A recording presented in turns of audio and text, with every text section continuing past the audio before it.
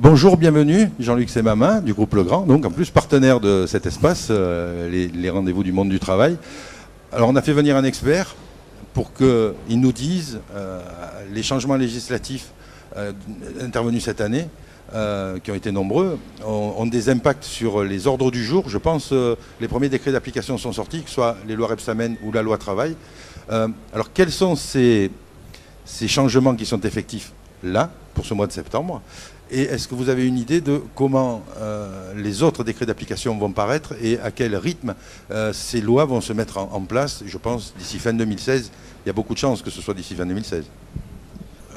Depuis 2 ans, beaucoup de textes sont parus, 4 textes fondamentaux qui ont modifié la vie des CE, avec des décrets d'application qui sont sortis à un rythme plus ou moins rapide. Pour Rebsamen, c'était assez long. Dans El Khomri, on a vu le calendrier qui est prévu. Normalement, avant la fin de l'année, les choses vont se mettre en place. Pourquoi pas début 2017. Vous savez comme moi qu'en 2017 en France il y a un grand événement qui se prépare et que les starting blocks seront déjà bien remplis et que les députés vont pas forcément être très assidus au Parlement à partir de février-mars par rapport aux élections présidentielles. Donc ça va se faire assez rapidement. Enfin, c'est déjà programmé normalement. Il y a une bonne cadence apparemment. Voilà, c'est programmé. Donc ça va se mettre en place. Il y a des changements qui sont assez fondamentaux quand on s'intéresse à la vie des CE, notamment à leur rôle économique, qui est assez fondamental parce que beaucoup de CE, et on s'exprime ici au Salon des CE de Paris, on voit les exposants, où beaucoup d'élus viennent voir aussi comment optimiser leur rôle en matière d'activité sociale et culturelle, les fêtes de fin d'année, etc.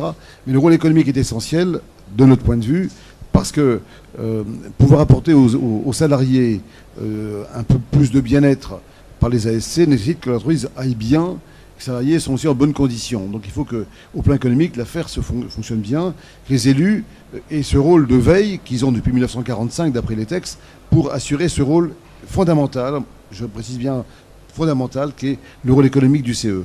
On a la grande réforme, c'était avant la loi El Khomri, c'était la loi Rebsamen, concernant les consultations des CE.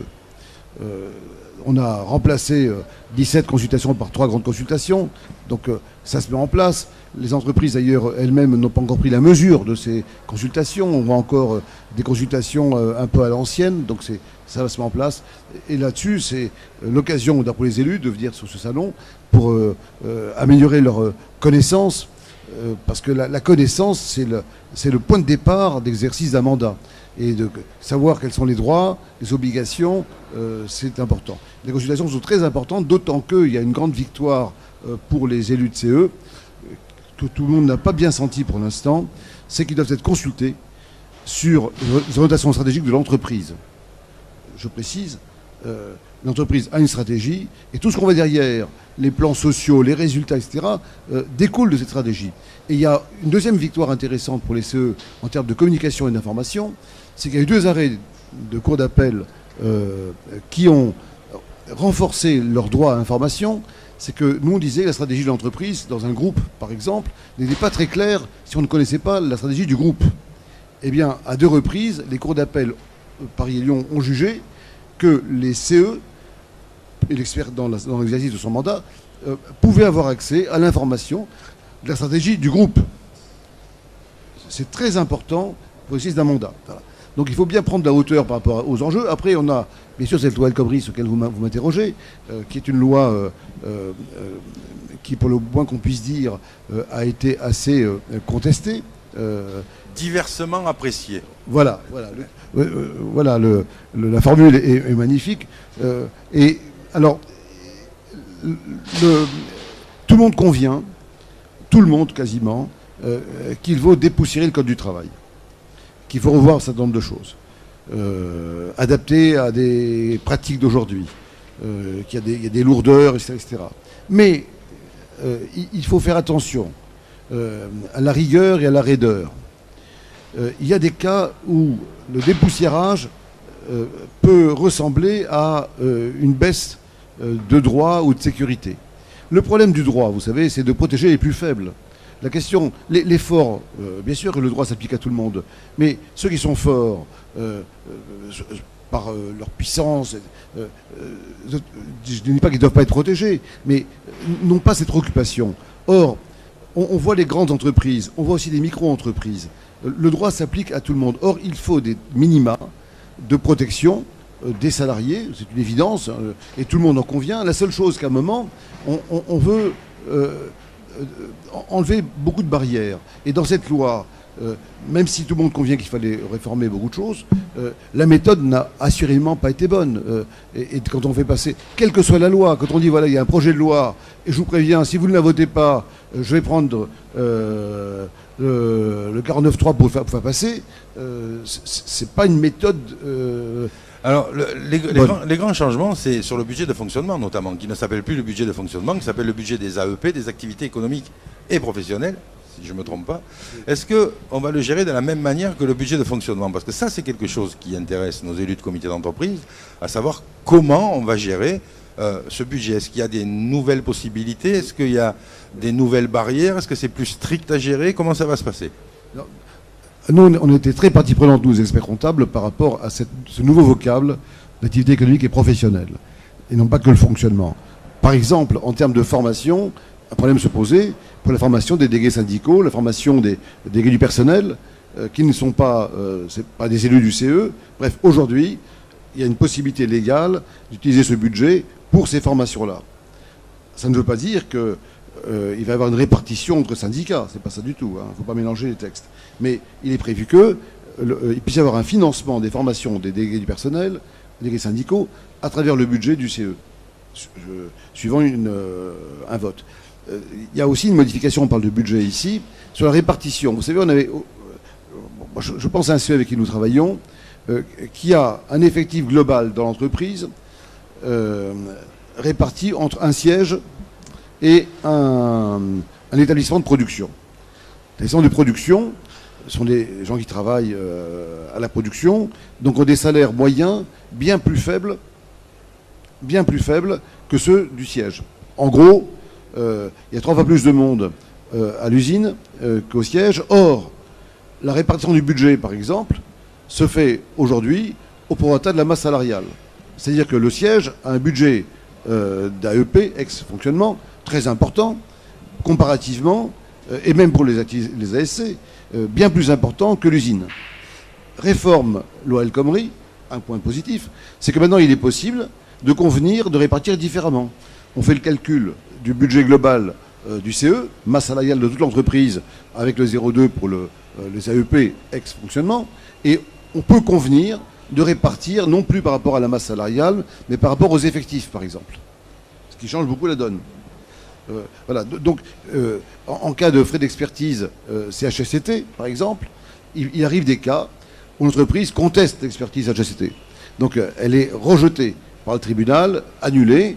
Le problème, c'est que bien souvent, l'expert a travaillé et qu'il est possible aujourd'hui de demander son remboursement des honoraires qu'il a déjà perçus. L'expert va rembourser, mais devant le risque que ça représente, beaucoup d'experts risquent de dire on n'y va pas tant qu'on n'est pas sûr, qu'on n'est pas contesté. Et comme beaucoup contestent, ça va être très compliqué. Il est maintenant prévu que dans ce cas de figure, le budget de fonctionnement, maintenant d'IEP du CE, puisse permettre d'honorer l'expert en question s'il doit rembourser les honoraires qu'il a perçus parce qu'il y a eu derrière une invalidation. Parce qu'autrement, ça aurait été un coût très important porté à l'exercice du CHSCT. Parce qu'il est pris en charge par l'entreprise, mais comme beaucoup peuvent souhaiter le contester pour diverses manières, et que ça peut arriver. Voilà. Donc là, le problème est réglé. Donc il y a... cette loi a fait couler beaucoup d'encre, d'abord pour la méthode, et pour son fameux article 2, où on parle d'inversion des normes. Hein. Alors le risque qui était soulevé par la CGT, c'était que avec l'inversion de la hiérarchie des normes et la négociation au plus près du salarié, mais ça on en entend parler depuis François Fillon, ministre du Travail, le concept n'est pas tout neuf, c'était que si l'accord d'entreprise prend le dessus sur la branche et sur le code du travail, quand vous changez d'entreprise, vous changez de code du travail. C'était ça l'inquiétude de la CGT. Alors je poserai la question à Madame la Ministre cet après-midi, puisqu'elle vient. Est-ce que dans les décrets d'application, il peut y avoir des garde-fous à ça? C'est-à-dire que 2 entreprises de même activité, ce serait pas normal que dans une, il y ait un code du travail et dans l'autre, il y a un autre code du travail. Et je crois que cette inquiétude-là doit être dissipée. Et si on arrive à la dissiper, je crois qu'on a tué 80% du problème. Oui. Il faut savoir quand même que cette mesure n'est applicable que par le biais d'un accord d'entreprise. Ou d'un référendum. Ou d'un référendum, bien sûr. Mais le dirigeant d'entreprise ne peut pas de lui-même obliger. Parce qu'il y a des cas, par rapport au texte, je prends le cas de la visioconférence pour les consultations, où il peut, à défaut d'accord avec les élus, imposer 3 fois par an des réunions en visioconférence pour limiter les frais de déplacement lorsqu'il y a beaucoup d'établissements. Mais dans le cas de figure, le référendum, bien sûr, ou l'accord s'impose.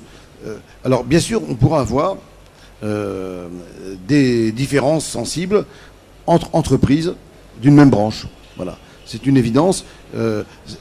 Ceci étant, certains s'activent encore pour essayer de trouver des garde-fous, mais il y a aussi une chose qu'il faut voir, c'est le sens de l'histoire. Moi, je crois qu'il y a des combats à mener. Il faut voir jusqu'où et comment et sur quel point. La hiérarchie des normes en tant que telle, je ne suis pas sûr que ça puisse être un combat gagné. Par contre, gagné parce que la tendance dans beaucoup de pays, c'est celle-là, et qu'il y a une espèce de tendance à la proximité, mais là où il y a encore des efforts à faire et des possibilités de négociation, j'en suis persuadé, c'est sur les garde-fous pour éviter qu'il y ait quelquefois de la pression pour que des accords soient signés, parce qu'on en voit malheureusement quelquefois, des accords qui sont signés, non pas parce que les élus ou les salariés ne sont pas des personnes conscientes, mais quelquefois il y a certaines pressions qui peuvent amener des salariés par un référendum ou des élus à accéder à un certain nombre de choses.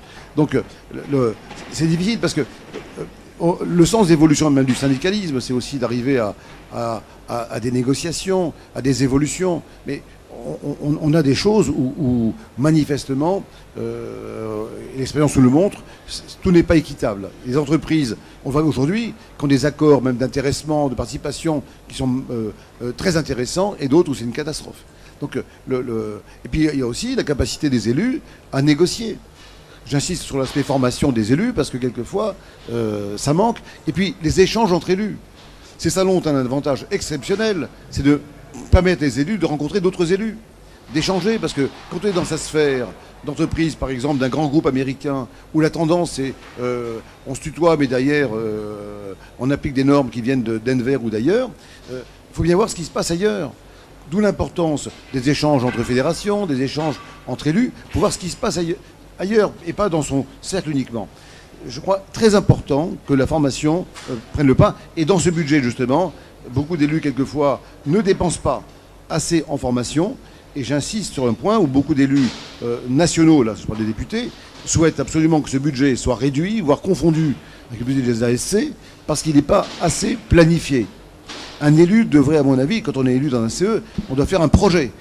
Qu'est-ce qu'on veut faire, qu'est-ce qu'on planifie, et la formation doit être à l'honneur pour tous les élus. Surtout quand on a 4 lois qui passent en 2 ans. Alors, moi je suis un petit jeune dans le métier, ça fait que 26 ans que j'y suis. Et depuis 26 ans, les lois passent, et toujours le même problème, le manque de formation des élus. Donc je pense qu'à un moment, il va falloir se prendre en main et dire, il ne s'appelle plus budget de fonctionnement, il s'appelle budget des activités